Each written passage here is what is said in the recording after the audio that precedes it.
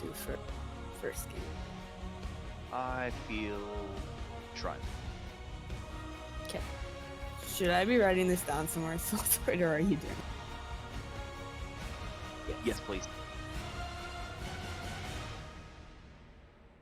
Okay, good.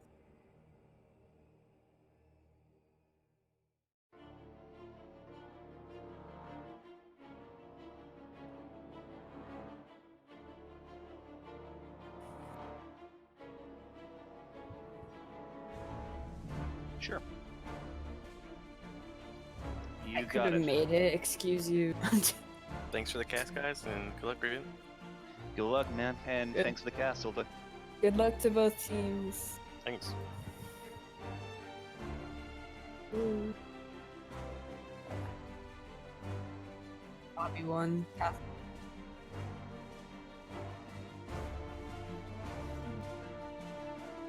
I am terrible. Sorry. I mean, I've co-casted before. I just haven't done it since the double map bans were implemented. Because it used to be like team that doesn't have map pick would ban first, and then team that has map pick, and then the map pick would actually happen. And it would reverse.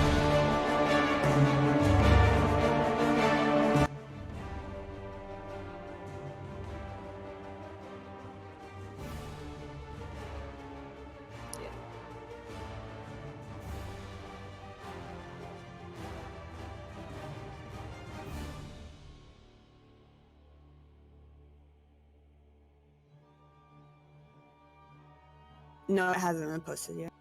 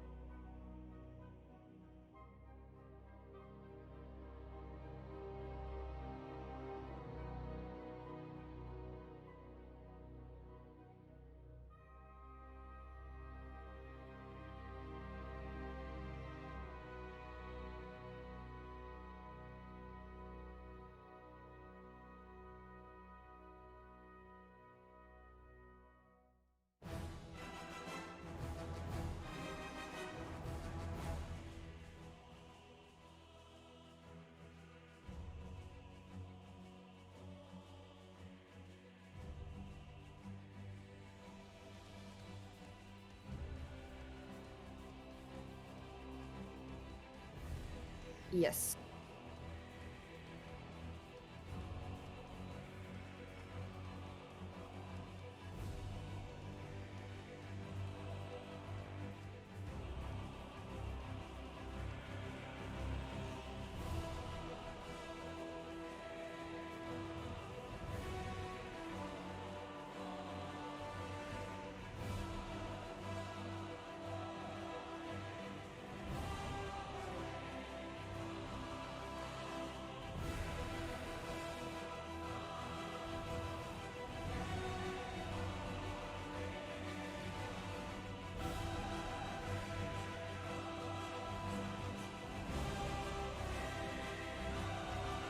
He's in the Grav had made the lobby, he just hasn't posted the link yet.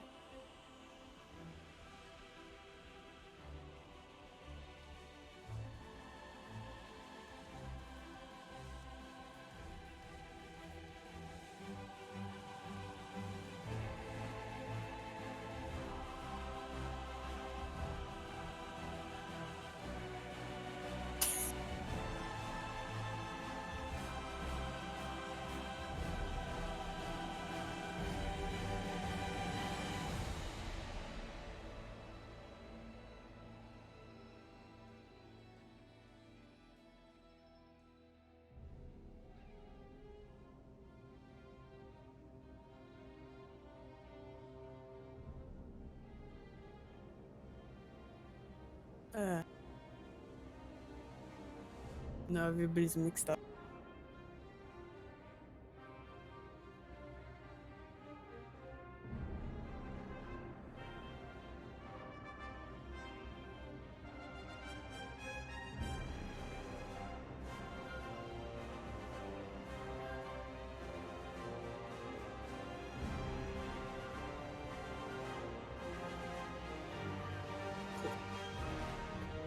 try to talk more fluently.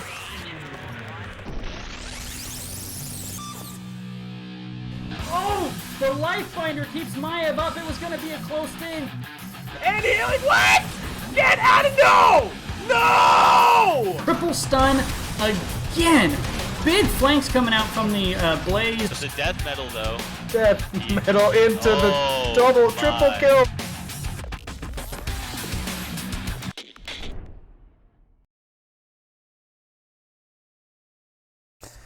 Welcome everybody to the stream. We are here today with a Division C East matchup between Calculated Throw and Wood League. I am joined today with my fellow co-caster B-Med here. How's it going? Hey, it's going good. How are you doing, Ziltord? I'm alright. I've been feeling quite sick. My throat's really killing me, so B-Med's here to give me a hand in getting the casting done. And hopefully we can make it through the stream without me wanting to rip my throat out. Yeah, but try not to destroy your voice too much. Yeah. Anyways, so we've got everybody in the lobby. It should be getting sorted out appropriately. We've got to make sure everybody's on the appropriate sides. So Calculated Throw should be on one side. Yeah, they're both on the right side that I can. Alright, sounds good. So we have Monoderp instead of Mystic. Yeah, Mystic's a sub this season for them. I believe. So the other side looks pretty much just accurate, which is fantastic. Alright, well let's bring up the overview of the maps and picks. Why don't you go over that for us, B-Met? Yeah. So we Calculated Throw was the home team, so they got to call coin toss and they managed to win it. Which 50-50 chance. So they chose map pick over first pick. So for this first game, we will have Calculated Throw with map pick and Wood League with first pick in draft. As for bans, I am having difficulties remembering, but I know for the first two bans we did not. For the first ban for each team, we got rid of the two lane maps. So both BOE and Brackus are unavailable. Can't quite remember which team got which. So if you remember those, that would be helpful. Yeah, blue side bans is a Calculated Throw. They took out Battlefield Eternity and Volskaya, and Wood League removed Alterac Pass and Braxis. Yeah, I was just trying to remember. I remembered the later. So we're going to Infernal Shrines. I think everybody is about ready in the lobby screen, just waiting for the readies to go out. And we should be getting into the game right quicker. You said that you have some experience with both of these teams, so do you want to go ahead and maybe give us your opinion on who you think's going to come out on top between these two? I mean, I don't really want to play favorites because I like to consider people on both these teams my friends in some ways. So, but I definitely, and I am more knowledgeable about Calculated Throw a little bit. So basically what I'm trying to say is I don't know Wood League strats well enough to be able to say whether I'm more confident in them or Calculated Throw. But I am excited to see this match, as I know both these teams tend to joke around and have a lot of banter and be very friendly with each other. So I'm sure either way we're going to have a good matchup. And yeah. Yeah, Calculated Throw actually, with this victory, if they pull off the domination, and it's an if, they'll be going up. They'll actually be tied with Bugin Squad for first in the division, whereas Wood League managed to get a couple points on the board in the last matchup that they had, but have struggled a bit to get things going. But if you look at their drafts and how they play on the map, they're definitely a threat and something to be reckoned with. So I think that this is going to be a good match. I do think Calculated Throw is slightly favored here, but we'll see how it actually plays out. We got the readies from each side. Count-in is coming up right now, and we're just about to jump into the lobby. Infernal Shrines, the map of John Cena.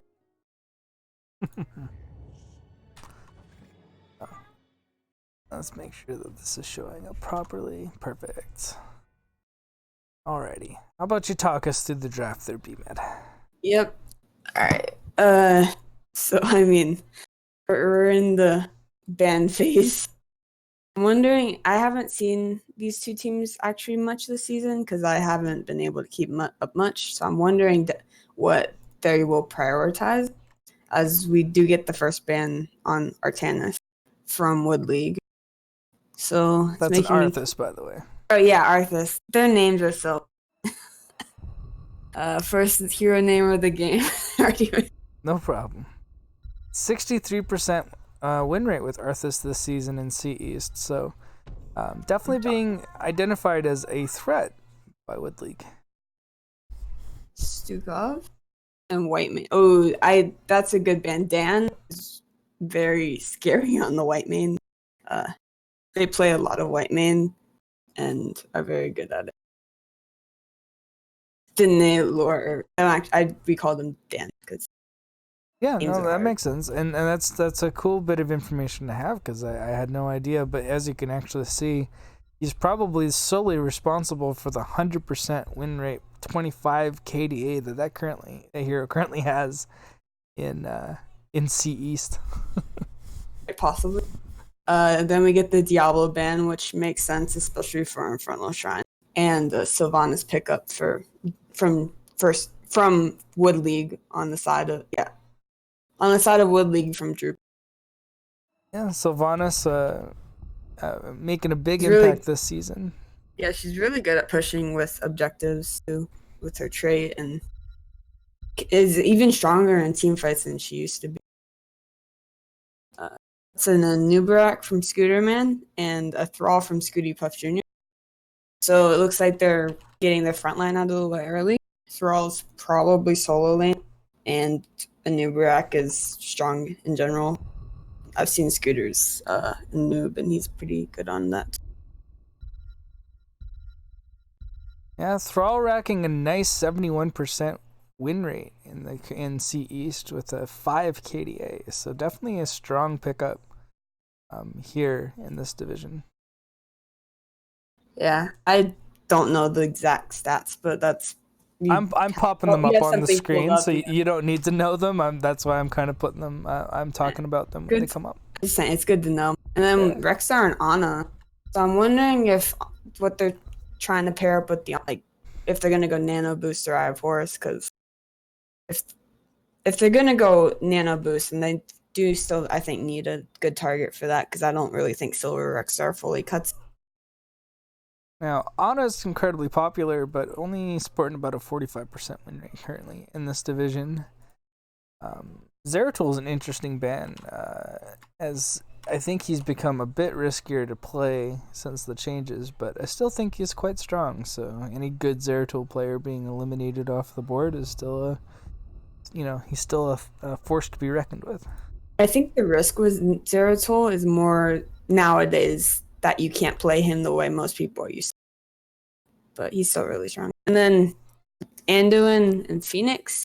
Phoenix and Thrall go really well together, especially if we might see that Earthquake Salvo combo, especially on Shrines. That'll help a lot because of the enclosed fighting space. And given the amount of dive on this team, having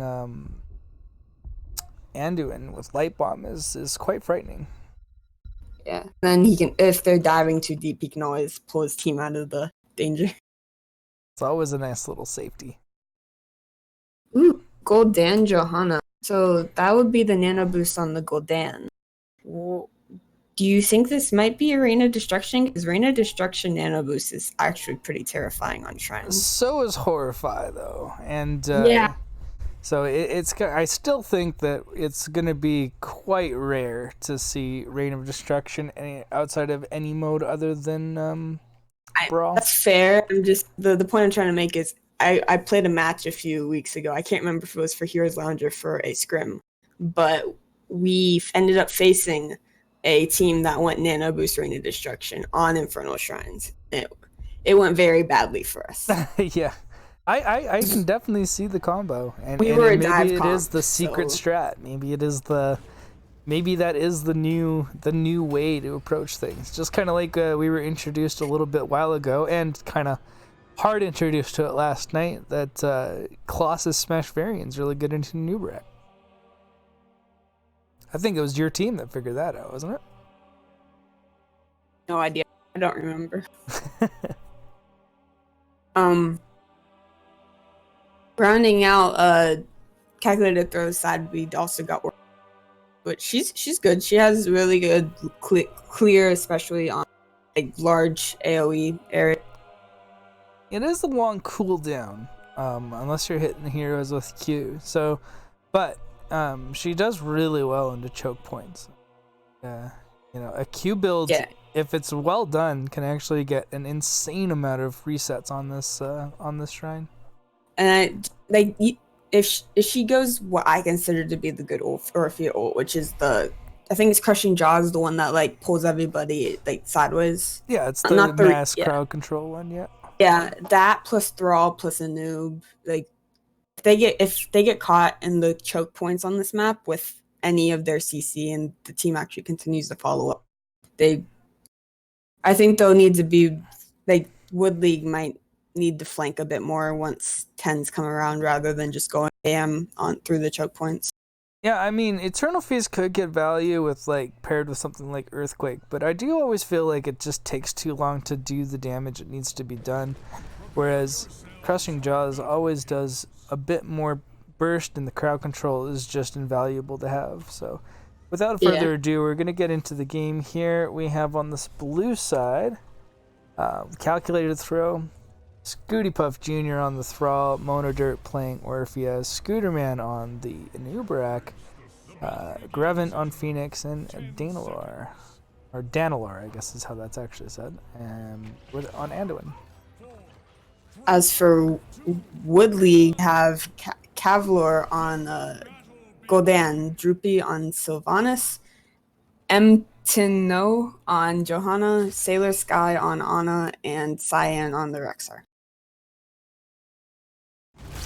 Alright, had to mess around a bit with my overlays. Let's Thanks, see if Eddie. we can get this thing to work properly this time. Alright. Cyan went immediately top lane, but he didn't show. Well, not, but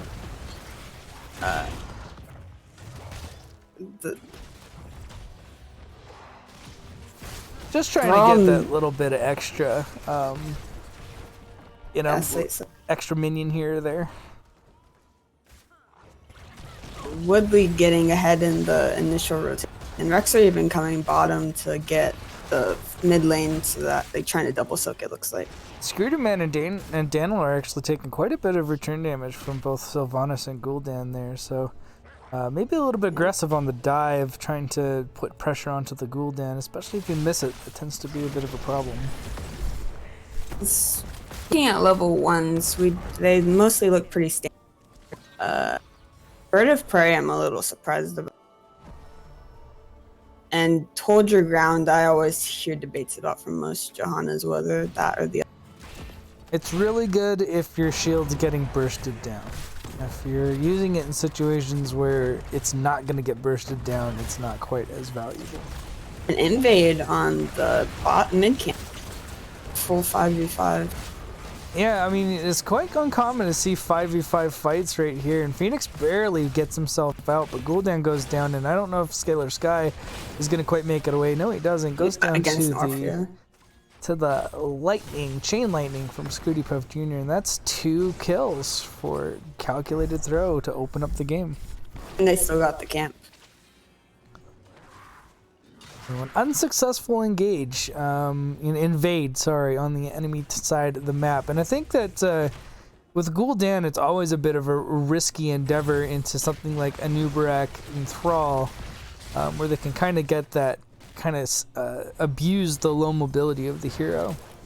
Yeah. Especially with all the CC they have on the team. That would just make it even worse with low mobility. So before this next shrine, I would like to see Scooterman go back so he can get some mana. Yeah, that would be smart. If he can't use his shield when he needs it, he's gonna die. Droopy's starting quickly on the Bruiser camp on the upper lane, so despite losing 2, the macro is still being handled pretty well by Wood League up to this point. And we're gonna get a pause. Oh, Thrall, DC looks like Scooty Puff. Okay, well, I guess we'll just wait patiently while Pop, as we wait for him to pop back in. Yeah. But yeah, coming up to the next shrine, you know, this is the thing about early kills is they can be kind of nice and they can set you ahead as far as the map is concerned. But if you're also sacrificing some of your early lane experience, it doesn't really end up netting you that much of an advantage. I really like that they did the camp on Wood League shows. It's because even if Calculated Throw tried to do the camp at this point, it wouldn't. They wouldn't get it before the objective started because it starts in 4 seconds after we unpause. Yeah, so, they'd be sacrificing shrine control for it. Yeah, and if even though they Calculated Throw got those 2 kills in the Wood League is hardly behind. There's not much of an XP difference yet. So that's still anybody's shrine current.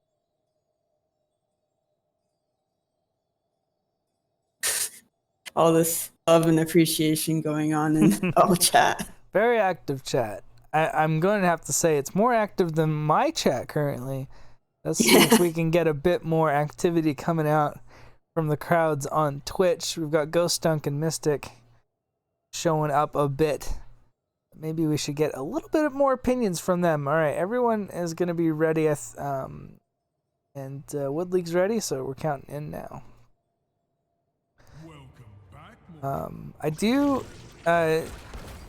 think that the early game is still one of those things where if this is a frozen Punisher, it can be scary because they can push up hard onto the walls.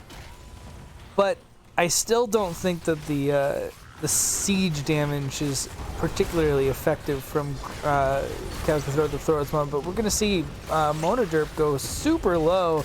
All of that damage coming out from Kavlor and Droopy just drops the front line, Scooter Man, Scooter Puff Jr., all down to really low amounts, and they have to give up shrine control for the time being. Also, I wanted to say about the Frozen Punish. I don't think the Frozen Punish is usually good until the teams get 10.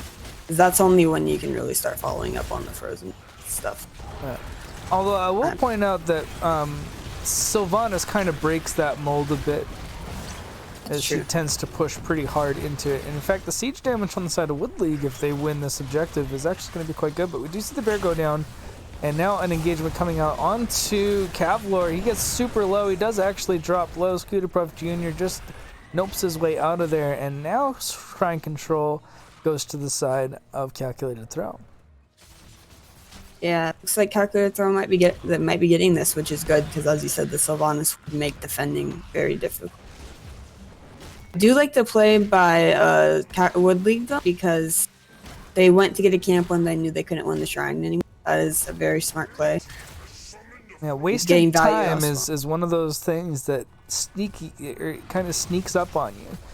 When you waste time on rotations or in objectives, you start to actually falling further behind in experience and other areas of the map. So we're going to see the push come in. This is a Frozen Punisher, which tends to do a pretty good job of Sylvanasing up the push. But like I said, all they're really going to get out of this is the front wall. So not a whole lot lost. A bit of about 300 experience plus the wave. And a little bit of damage onto the fort, but well still standing. Fort's still most of its health, so that's going to be the end of the first Punisher phase. Only lost about 20% of its health. That's not that bad.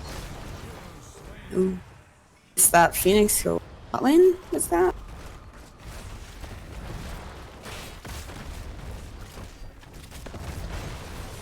Sorry, the chat. No, sorry, I was looking at it. It said the Phoenix died bot lane, but chat's saying that they're too tired. Chat.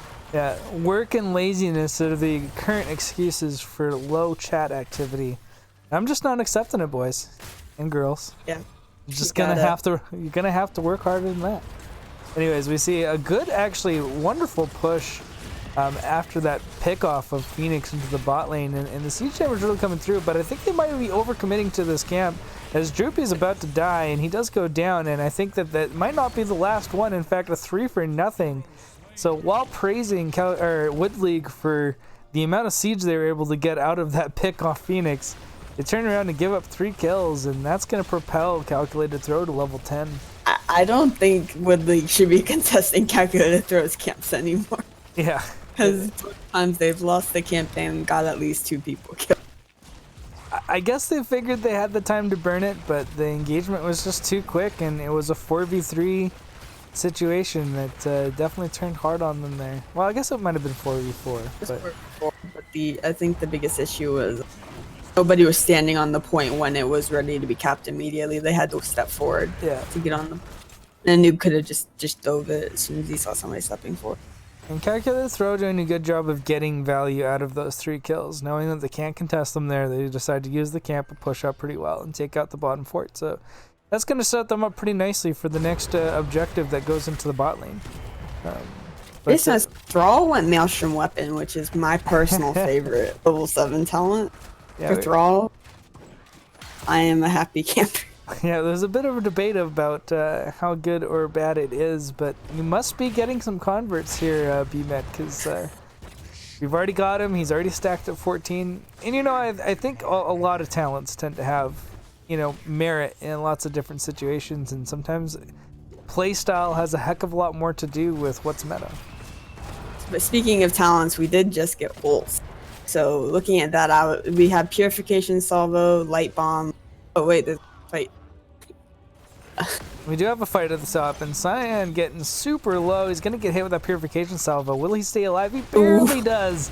Just barely squeaks by with a little bit of life there, and it's going to be 1 ult down. Yeah, that's the only ult used so far, so we still have, you know, all the other ones, Light Bomb, Cocoon, Crushing Jaws, and that's a lot of CC. And I think that's the kind of the trap of Purification Salvo. If you're not comboing off its slows, it just doesn't do enough damage a lot of the time to finish those kills. So see Light Bomb go down. It doesn't really get any value, and a wonderful fear coming out from Kevlar there. You got that one, the fear. So I think with that kill, we're still continuing to see this fight. Orphe getting lots of good damage here in this fight. But I do think that Shrine Control definitely goes to Wood League, at least for the time being. A Blessed Shield, Nano, Boars. I love the Boars. The Boars.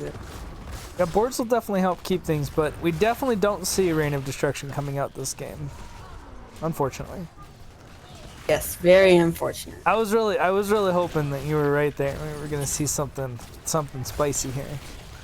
But I guess I should have known better when Braxis was banned. Good flank coming in from Scooty Puff Jr. trying to get into the backline, and all that damage coming on to Kevlar is quite extensive. And Phoenix diving super far to be able to get it, but I think it's going to cost him his life here. But he does manage to sneak just barely away the stun coming up from the Punisher, maybe getting the kill, but he still gets out, but it's not good enough for Anduin. He goes down here, and that's going to be Punisher taking, kill off the push, and with Sylvanas, the Sports definitely go down. Yeah. They could still get more out of this too. Anduin's life for ire. That Punisher came down with a vengeance and did exactly its namesake and took out Anduin very roughly there. I like the Punisher not going on Scooter Man who was asleep, a Scooty Puff. So I like when people stay asleep. It's just, and I don't know how to say that without making it sound weird. And that lone little hero tower with literally 2 hit points on it is still standing. 18, excuse you.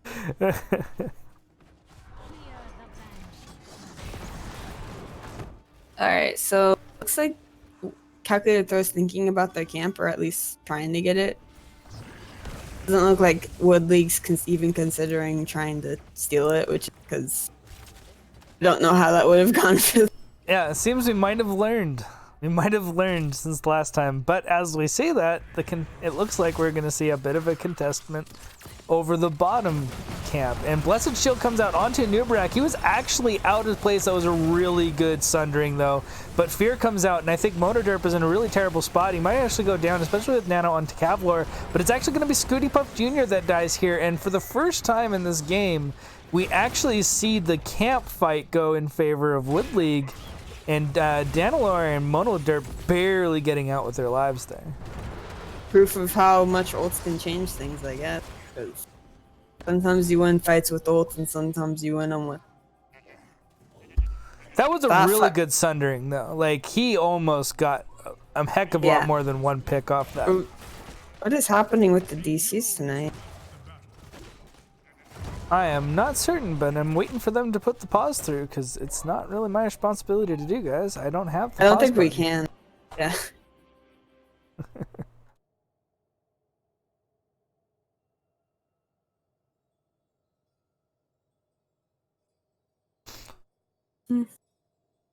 Yeah, they can't even see what you're saying, so That's we're right. observers. We're spectators, not referees. I forgot about that.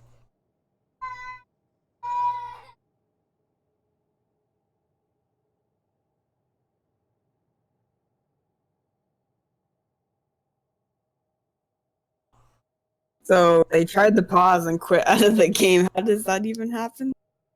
He just must have hit the button. It happens. It can happen. Never had that happen before. That's pretty funny. All right, well, we're back into the game. I mean, despite the dropouts, it kind of happened after a major fight, so there was no major significant advantages being had from either one of those members dropping out. But here we are, back into the game, and it looks like we're gonna have a bit of an advantage with Wood League, kind of for the first time in this game since the win of the Punisher, where they're ahead in the race to 16. I really don't like seeing Wood League go. I'd like to see them push in bottom, because next shrine is Arcane, and the next Punisher is Arcane, and it's bottom. And they're a little, like, they don't have a fountain, but calculated to throw down. Yeah, I definitely tend to agree, and they definitely have the space to be able to do so. Going for the camp wasn't there, but we see the engagement actually coming about again.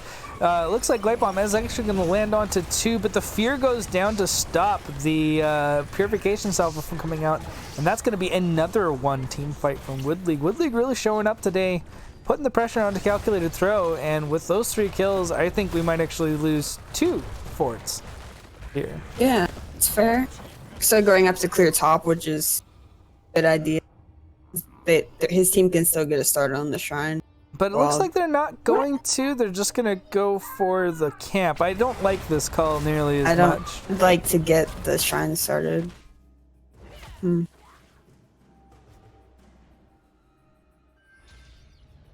But I guess if they're feeling confident in their team fight capabilities, then perhaps they don't mind rolling the dice again on the shrine.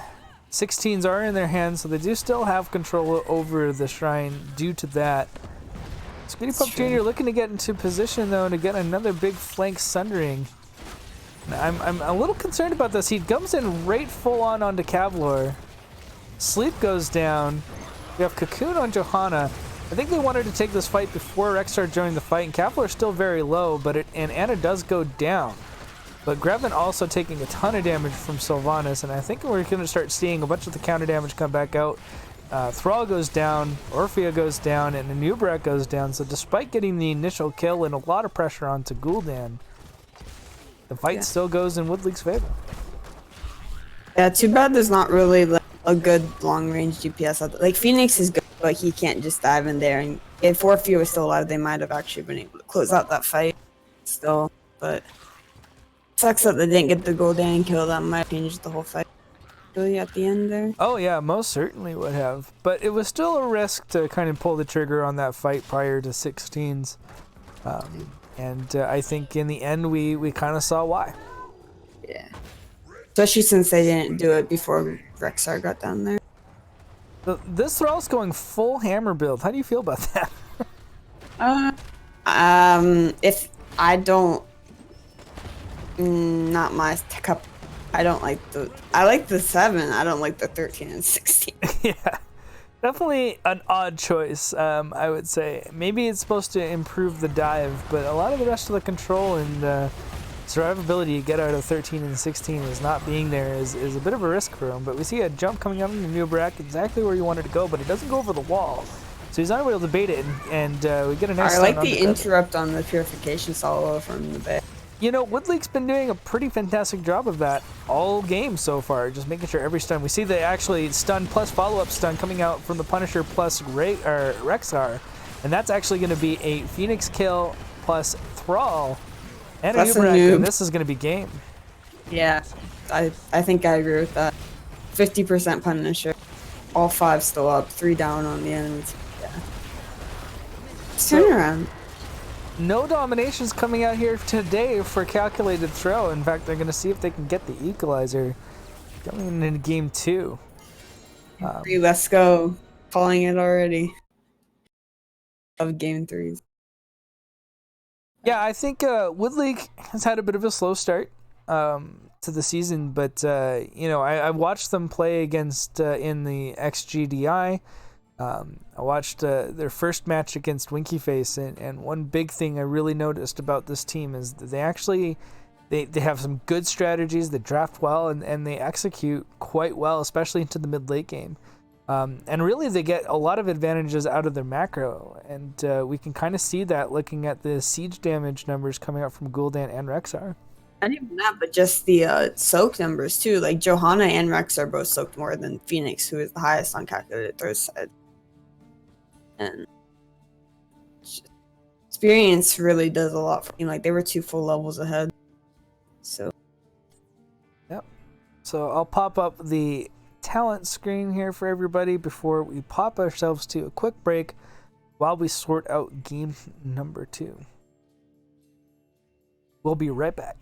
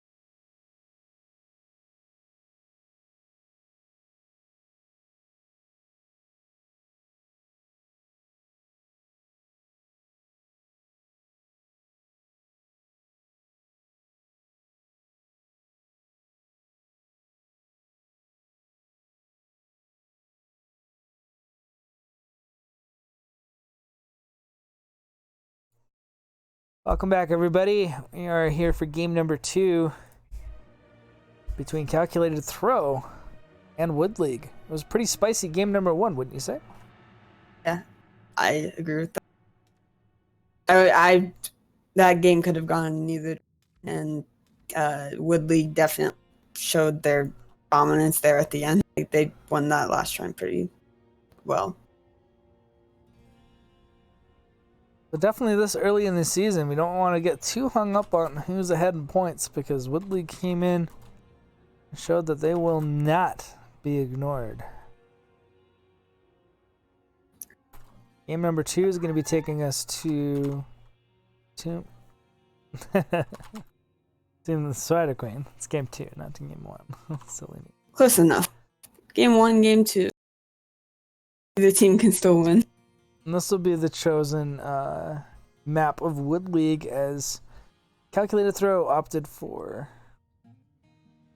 First pick. Which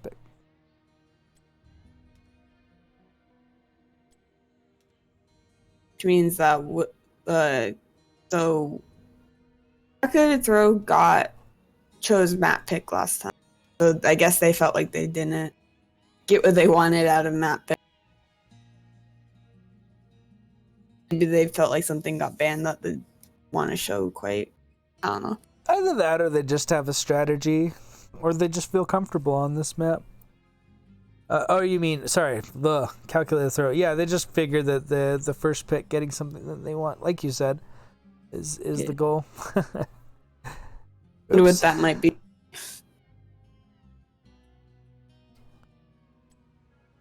We see the legendary Calculated Throw Garrosh finally. I mean, he is on the logo. The joke is they only have one person on their team that plays Garrosh, and they're usually not the time. Maybe it's always just been a goal. Something that they have dreamt of achieving, but have never quite got there. Like the Bancho team, trying to bait people into banning the Garrosh. Bancho baits people into banning Cho. Yeah. Sorry, guys. Oh, don't die. Alrighty, well, I think we're ready on our end. I'll let them know.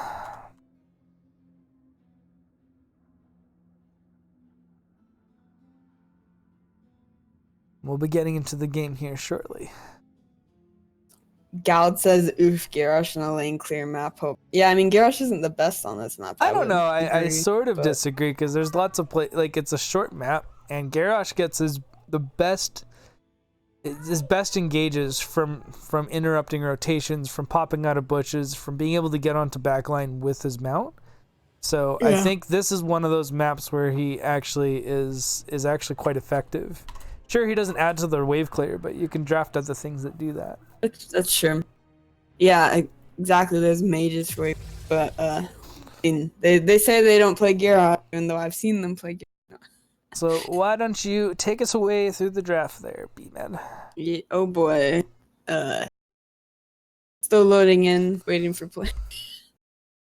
I'm curious as to if they're gonna prioritize Johanna on either side. As Joe we saw last game on the side of Wood League was not.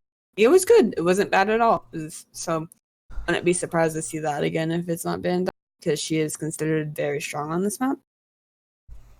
As we were talking about, she does have good wave clear for sure. And that's not her only good thing, but yeah, that's why she's usually considered strong on this map. For sure. Plus, I have a fondness for Johanna because we tend to do really well when we play with her as well. Like my team. It's gonna be another Stukov ban. Is that a target ban? Because usually you only see Stukov bans when I feel they like know it might be. Yeah, as it was banned last game, banned this game. I mean, generally speaking, Stukov can be alright on this map. As again, there's lots of chokes where you can get good silences in, but. At the same time, he's not fantastic into sustained damage fights, which can sometimes get him down. So definitely not my top priority healer on this map.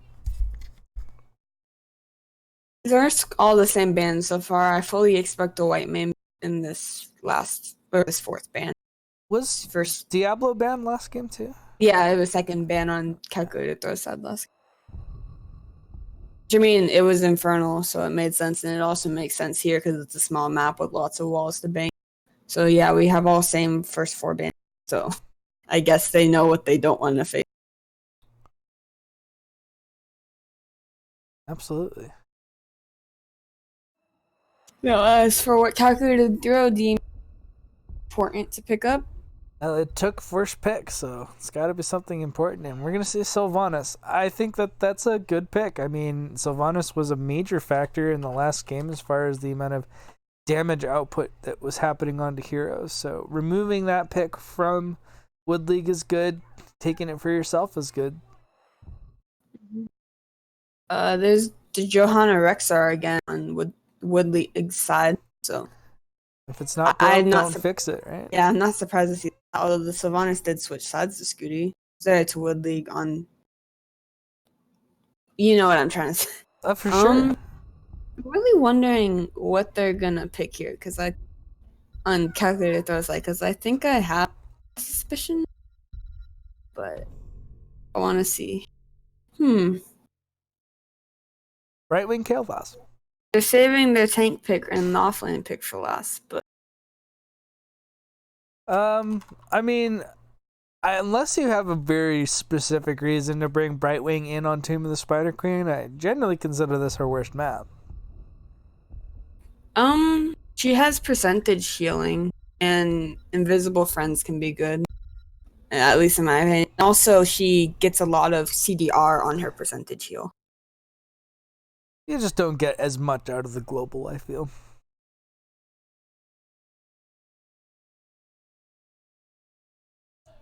I'm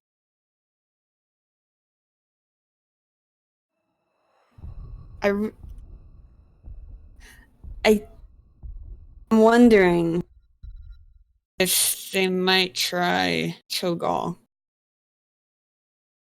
Now that's an interesting take. And continue what you're talking about I don't with the think so, but I'm wondering because I know Scooter is usually, I'm pretty sure, the Cho on their team, and I'm pretty sure Greb is usually other way. Yeah, Cho and then Greb's usually the Gall, I believe. Yeah, And I would say my issue with the Cho'Gall might be here is that they don't really have a dedicated offlaner, and I think that can be a bit of a scary thing. Yeah, that's why I'm not sure that I don't think they're gonna. It just lagging at me. But it could. Don't know why. And we see the Gul'dan picked up again from Kavlar. It worked out pretty well in the first game. And this is, again, arguably probably one of his best maps. So not all that surprising. Although Alexstrasza being picked up on this map instead of the last map, which I think it's still fine here. But it's just interesting to see that it wasn't prioritized in map 1, but is here. Pure CCC. Okay, I was off. But anyways, I just looked at chat and Mystic says they won't pick Cho'Gall because he's not playing. I guess he's usually one of the heads. Yeah, there you go. I know. Fair enough. It would be Imperious offline then, right? I think ETC is usually the main tank in this situation. Yeah, I'm not sold on Imperious main tanking these days. I think he has his place. It's just a little more niche than it was originally. Yeah. And Drooper's gonna pick up the Rainer to cap it all off. Couldn't get a hold of the Sylvanas, so it's just gonna stick with the Rainer, and that's a lot of sustained poke damage from Wood League. Yet again, pretty much an identical draft, with a small exception of having Alexstrasza in the backline. Do you think we're gonna see Cleansing Flame or Lifebinder? I'm not really sure because I mean a lot of people go Lifebinder, and I think I actually think Lifebinder is really good with Rexar specifically because he can either keep himself or Misha from taking damage and be like a free Lifebinder target for Alex herself, or Alex can just not take damage and be the Lifebinder target for somebody else. But I don't know. It could go either way. I mean, Cleansing Flame has good point control for like boss contesting and stuff, in my opinion. If she does it like in the right timing, you know. I mean, there's a boatload of CC coming out from Calculated Throw. I mean, that's pretty much 4 major forms of CC outside of Wailing Arrow at 10, Yeah. which pretty much puts some sort of crowd control on pretty much every member. But without further ado, let's get into the game. I'm going to start on the other side here on the blue. We have Calculated Throw looking for the Equalizer, Scooterman on the ETC, Scooterpuff Jr. on the Sylvanas, Monodirt playing Kael'thas, Grevant playing Imperius, and Danilor on the Brightwing. Alright, and as for the side of Woodley, we have Kavlor on the Gul'dan, Sailor Sky on the Alex Straza, Tino on the Johanna, Cyan on the Rexstar, and Droopy on the Raynor. I think it's Tino, but that's just how I say Fair enough. That's probably, that sounds more right than what I was saying.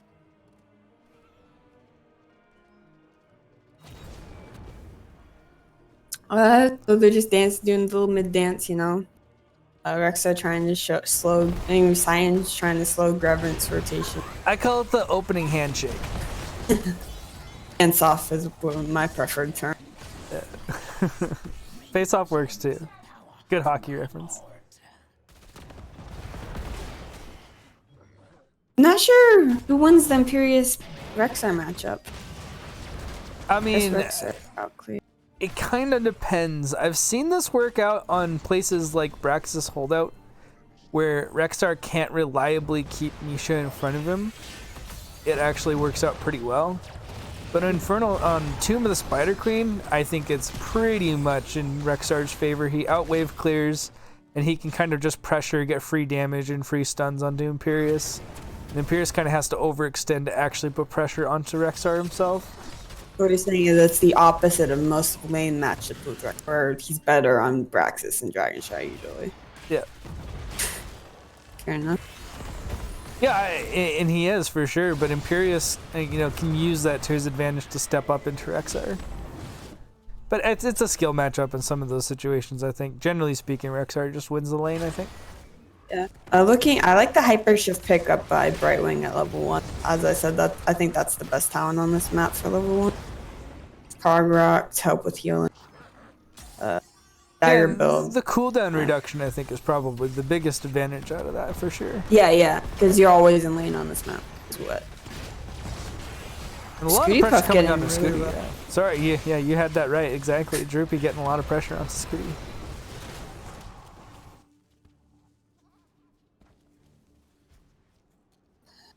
Live and Let Live from Alex. Does that that build isn't that the build with the flower at level 7 or? Yeah, Alex? it typically you go Life Blossom at 7 with that build. I don't know Alex very well, which is why. Generally speaking, I don't know if Alex has ever really had one specific meta build. I think it tends to gravitate between that and the W. Yeah. So Ooh, Raynor. He was in trouble for a sec, but the rest of it was only Brightwing and ETC mid. So. I've been liking Droopy's kind of aggression. He's been kind of stepping up, making sure he's getting damage onto it, and using his Q really well to keep the engage from ETC from hitting him. And I think that's something that, even I sort of underestimate. That Raynor's actually quite good into ETC, generally speaking, with that into his power slide because of penetrating round. What I can tell is that he's also doing a pretty good job of keeping track of his cooldowns, because every time I've seen him actually get dived, he has his heal with up to get him out of it. Yeah. I feel like Raynor has dropped off a bit in high priority for DPS assassins, but if anything, he got stronger this last patch too.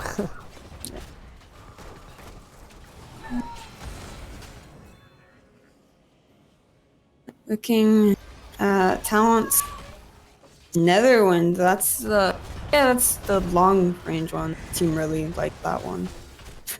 I don't know Kael'thas talents, so I always get those two confused up. Yeah, the blue one is the cooldown reduction off of hitting gravity laps, and then this one just gives you the mana refund with long range. I think both are completely viable. It really just kind of comes down to your play style and how often you think you're going to be landing those stuns.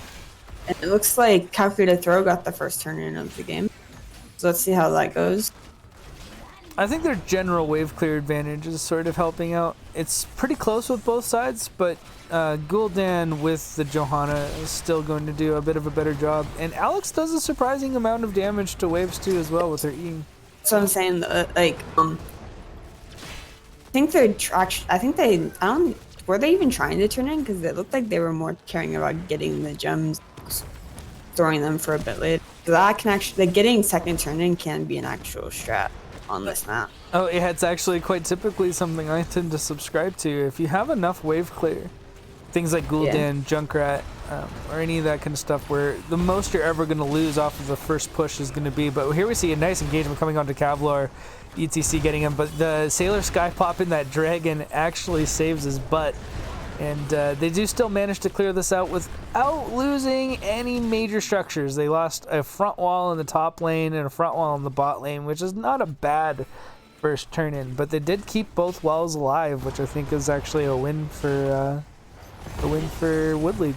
Top well took a little damage, but it's still alive, so it's only the last hit point that actually matters. I'd like to see Rexar try to get turned in soon so that he doesn't, maybe possibly die, but it's a good Rexar won't ever have that issue.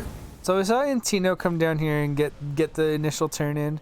Cyan is actually starting to get it up once he saw that Imperius will push back, but Monodrip walking right past Antino to drop a Living Bomb, but the problem with Living Bomb is that it doesn't initiate damage right away.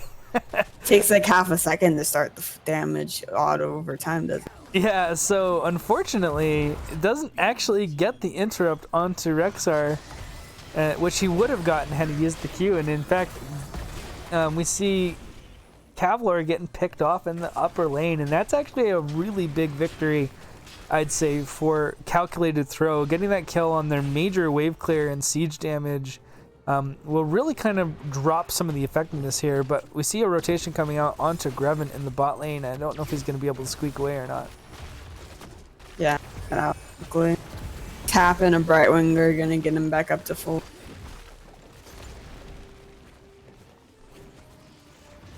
So pretty easy clear overall, I'd say, for Calculated Throw. Looks like they lose pretty much the same amount that Wood League did, and I don't think that's what Wood League wanted to get out of this. I think they really wanted to be able to get more push, but that pick onto Kavlar really kind of neutered their ability to push down these structures hard. So they're fighting over trying to get the head. I don't think that's really necessary. Neither team has enough to turn in. But, oh, they just both got 10s. I really would have liked to see them just kind of back off and get turned in. Maybe try to get a pick and then turn in the gems. Yeah, we're going to see a sacrifice of Misha. And 2 ults for 1 ult.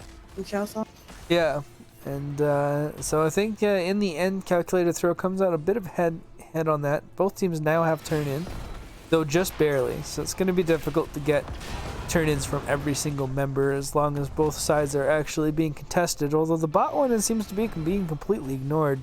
And Rexar's not even going to bother coming back to fight this out. He's just going to go for the Bruiser camp. I've been getting in his 20, which is pretty good for his team. Kavlar in trouble.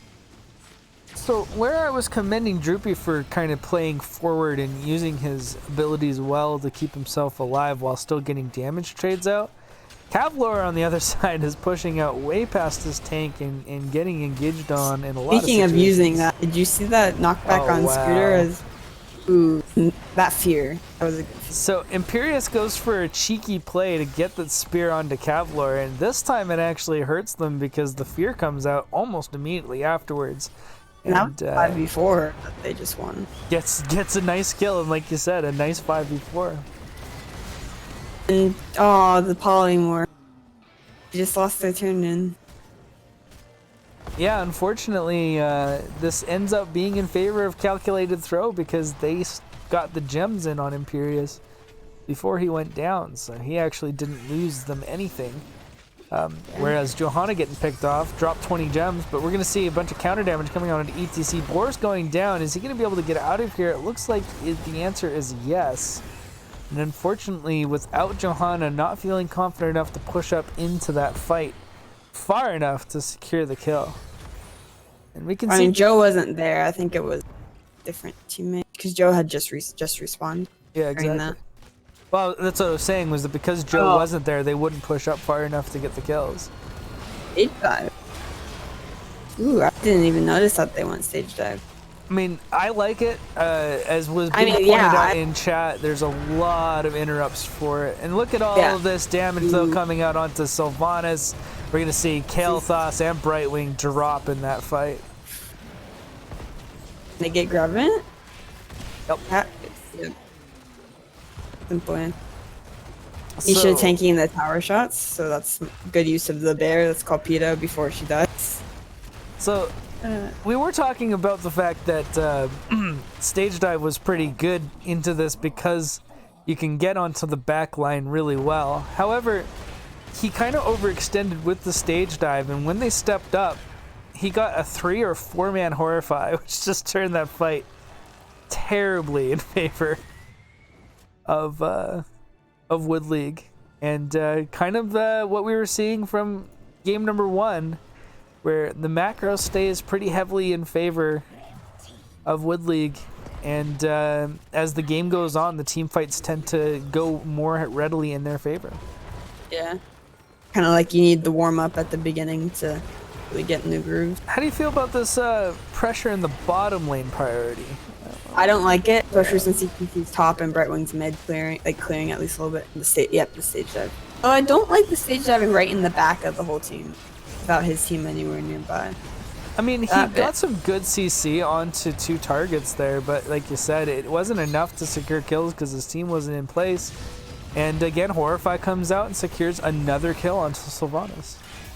Yeah, I wouldn't like Sylvanas or Misha isn't worth in my experience. Misha has like what, a 10-12 second respawn. Yeah, trading Sylvanas for Misha is definitely not worth.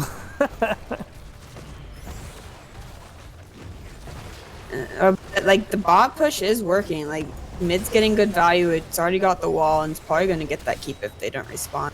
Top's definitely gonna get at least the keep off of the wave afterward. And not to keep the fountain. Well, they might get keep now if they're taking out both frontliners. Jesus. They're gonna Yeah, feel maybe okay. a little bit more sure about being able to close this out, but it does look like they're gonna back out. I actually think that is a bit of a mistake. They could definitely have pushed up into there with Misha and all the other tools, but instead they're just gonna rotate into the mid lane and secure the easier to take keep, which is mid lane, which, you know, in retrospect, especially with getting a kill onto Sylvanas yet again, I would say was probably the right call. Top wall is falling from the giant minion wave left over from this fight. Things have gone from bad to worse for calculated Yeah. throw. Not out of it yet. But it's gonna take some major misplays by Wood League for the throw to come back, in my opinion. So do you think this is calculated or just a throw? Probably both. It's not a throw. They weren't ever really in the lead. No offense to them, but I mean they're trying their best. So Yeah, just my poor attempt at humor. I know. Sorry guys. We watch this later. So one keep down, one in the top lane super low, and full map control. I'd actually like to see the fact that they don't have turn in here. I would really like to see pressure onto boss. They actually had a pretty big window to do that with, especially with 16 plus Horrify. They have so much more control. But even getting powered back up and going for boss here, I think they still could do, given the fact they still have a full level lead. They're going to check boss. I think they think they're on boss, even though they're on every camp except boss. Yeah, they're Yeah. taking everything else on the map except boss. So Wood League playing the safe, just not wanting to risk it, I guess, and you can respect some of those calls, but I really think that they were in checkmate position here if they get that boss there. But Boris is going to come out here, land onto the whole team, and the follow-up with the Blessed Shield onto Scooterman. He's looking pretty bad. There goes the fear to secure the kill, but Misha goes down. Poor bear. Beer for cow. I like the stasis to cleanse the flame. And Kel, I like that. I think this He's is gonna an... spread it. Yeah, That that was good. You're right. yeah, he's going up to. They need to take boss. Yeah, I think that this is before it was maybe a little bit of a risky choice. Now it's an absolute must. Like, they have to take this boss. Yeah.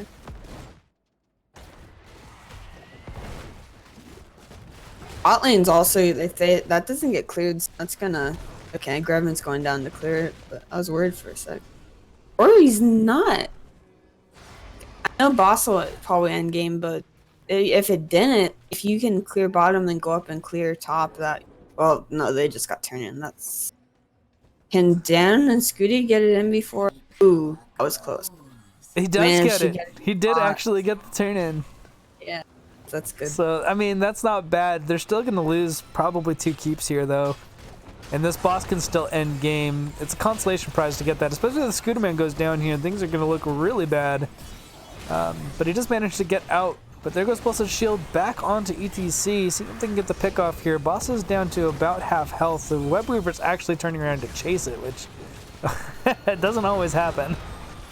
Yeah, it depends on the bosses with the actual wave. There was a wave with it. So. And apparently that's enough to scare them off of pushing in here. Horrify's still up. Lifebinder's still up. I feel like a bit of a missed opportunity there from Woodleague to close out this game. Maybe they were worried because Calculated Throw just got 16s and they're not up 20s yet. I don't know. Although it looks like Calculated Throw is very desperate to get a win in a team fight before 20s, so... Unfortunately, they don't find a very good engaged target. It looks like Imperius might go down, although he gets getting angelic armaments, might keep him alive. Lifebinder goes down to the Kevlar. Make sure he doesn't die here. And we're going to see a bunch of pressure being applied by Misha. She's just on that line, getting 3-man stuns constantly. And they are going to pick off ETC. That's going to be 2 more dead. And this is got to be game. Yeah. The aspect of the Beast and Dire Beast together are just really strong on Rexa. Level 7 and 13.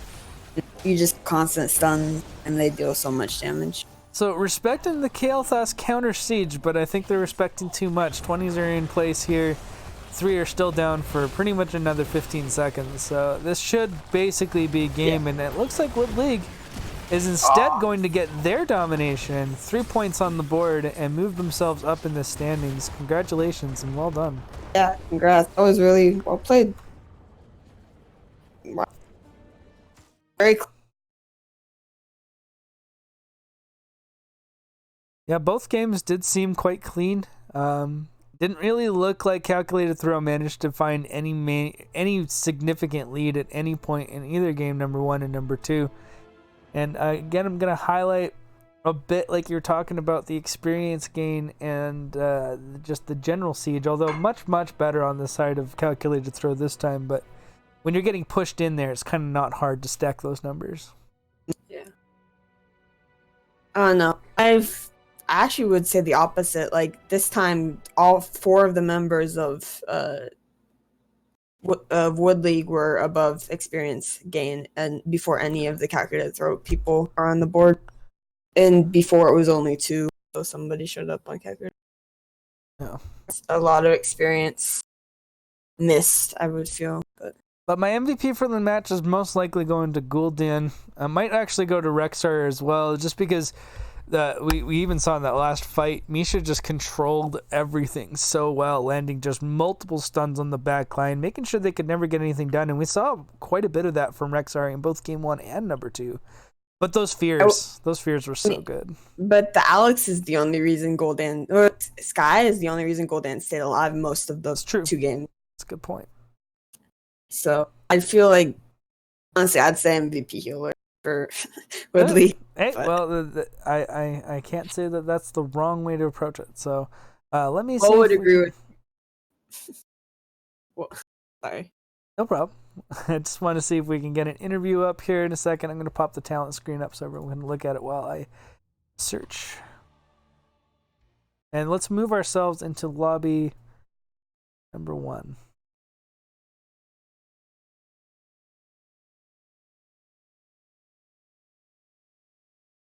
See if we can get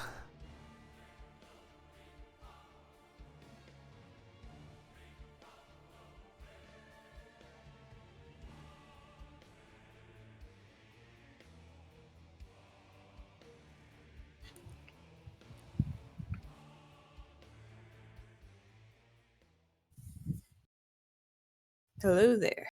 Hello. Welcome, sir. Congratulations on the win. Taking Thank you. out.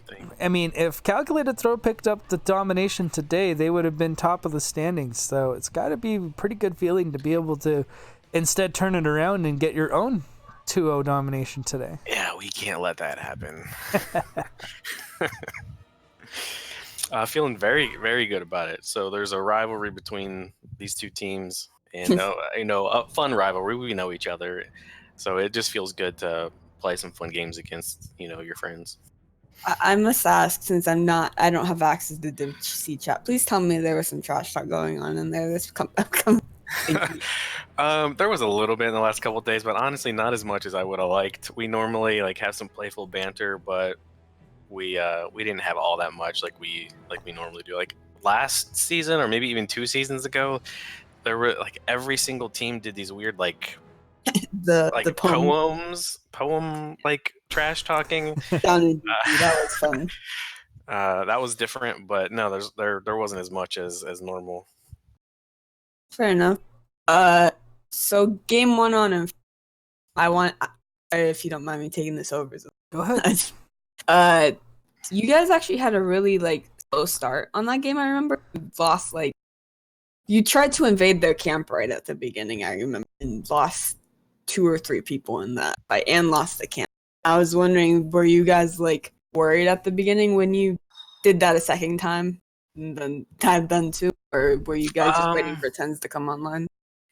Well, we tried to invade their camp, and then we also lost on the neutral camp. But we just said, hey, it's still early. Don't get tilted or anything. And on that map, they played Lubu early in the season. Now, granted, it was against Alex. It was a different healer, and Alex heals better after 7. So those invades are easier, I think, in the early game. So we still wanted to try it and force some aggression, but it didn't turn out. And we just said, okay, let's go back to our game and work on rotations and wave clear and the objective. Yeah. And it ended up working once our 10s came on. So yeah, once you guys got 10s, all the fights were really close, but you guys always managed to squeeze out on, and those were really fun fights to watch. The close fights are the funnest fights, in my opinion. I don't know if you feel the same. They're the funnest, but they're also more stressful. Yeah. But when you come out on top on the close fights, I guess they're the funnest. When you come out on the bottom, they're not as fun. Fair. I have to admit, I've been watching you guys quite a bit this season, ever since XGDI, when you guys went to the finals against Winky Face, and then you had a rematch the other night, which didn't go in your favor, but was still quite close, I'd say, overall between. How much effort have you guys been really kind of putting into your macro and shot calling? Because I really feel like that's been the strong points for you guys so far this season. We feel like we've got a pretty good macro setup. Droopy's our shot caller on the macro, and then our tank calls our micro. And we feel like we've got the confidence to say when our tank calls, I'm jumping whatever, then everybody can follow up. So we're confident in all of that, and nowadays we know our rotations pretty easily, and so we've got all that down. I think you casted us when we had a Volskaya game last week, and it just seemed like every rotation just worked out for us. And I think that's our strong suit is the macro for sure. And on the Nexus Edge, we saw that where you even had said, I think Wood League should probably be higher up in these rankings. And so maybe we got a little chip on our shoulder for getting some 12th place votes a week or 2 ago and being placed lower than what we think we should be. So we want to show that, we're a team to be reckoned with, and we knew Winky Face, our first match of the season, was going to be our hardest match of the season. So that's good.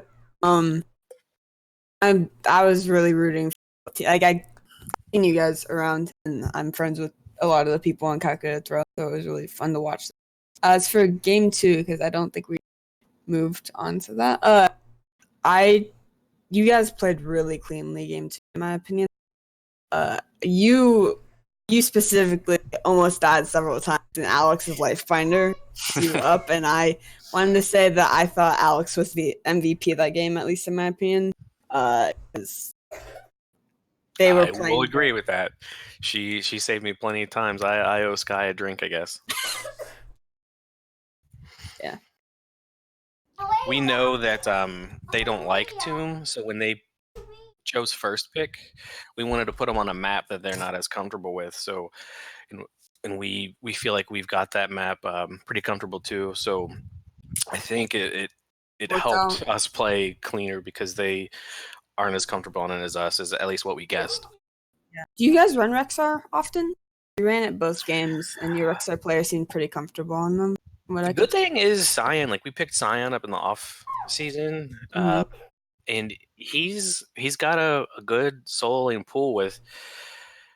I won't give everything away, but we've got these comps, and we say, okay, this is our dive comp or whatever we're running, and he can flex to whatever we need. But we do have comps with Rexar in it, and we've got other strange macro comps, dive comps, double soak comps, things like that. So he's a good Rexar, and we'll take it when you let us have it.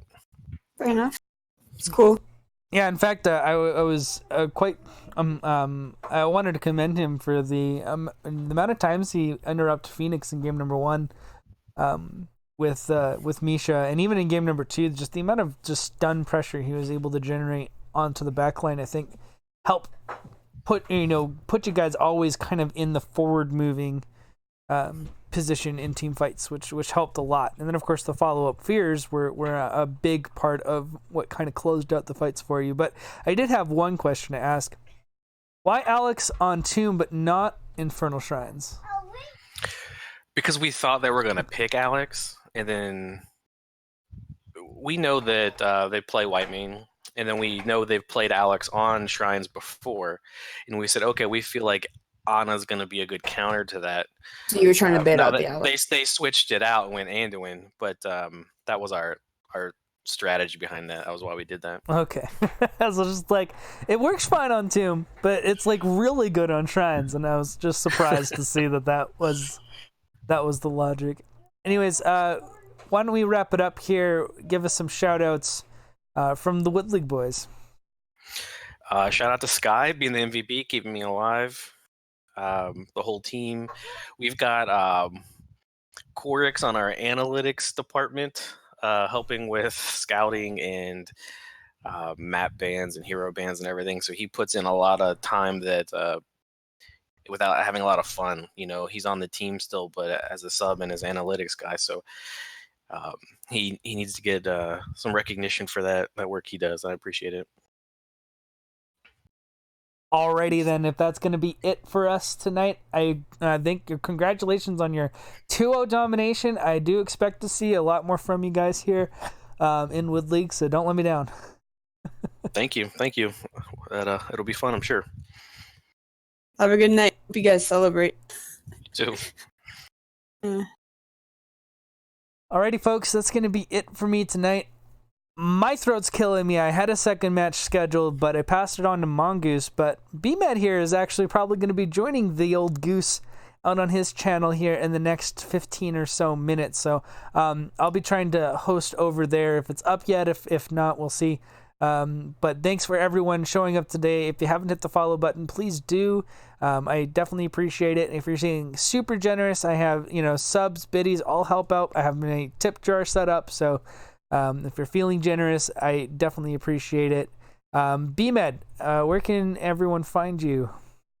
I don't know. People have been randomly following my Twitter from NGS, actually. I don't even post on it, so I don't know how they found it. But it's just BMedaho. So you can follow me there. I don't do anything there. It just sometimes it announces when I randomly decide to stream. But I don't really do anything except hang out in NGS. Which my NGS name in the Discord is actually derivative. So if you see somebody like that, don't be confused. It's me. All right. Well, I appreciate you coming on here and giving me some assistance, especially on a day where I'm just not feeling myself. So I appreciate you coming in and bailing me out there. No problem. I really do want to try co-casting more. It's just sometimes it's hard to not play, cast instead of play. Well, feel free to pick up my casts. I usually post them out early enough in the week that if you've got the time, just message me and let me know, because I've got no problem co-casting with people. It's definitely something I enjoy. It's a lot easier to talk to somebody than to do it all yourself. Yeah, I can understand that. So, alrighty, guys. That's it for us tonight. Thank you so much. Thank you for the sub. I appreciate it very much, Taylor Sky. You're helping me and my family out. And all of that jazz. So thank you so much. It's very much appreciated. I'll try to get the emotes done so you get some rewards here in the future. Anyways, that's going to be us signing out. Have a great night, everyone. Good night, everyone.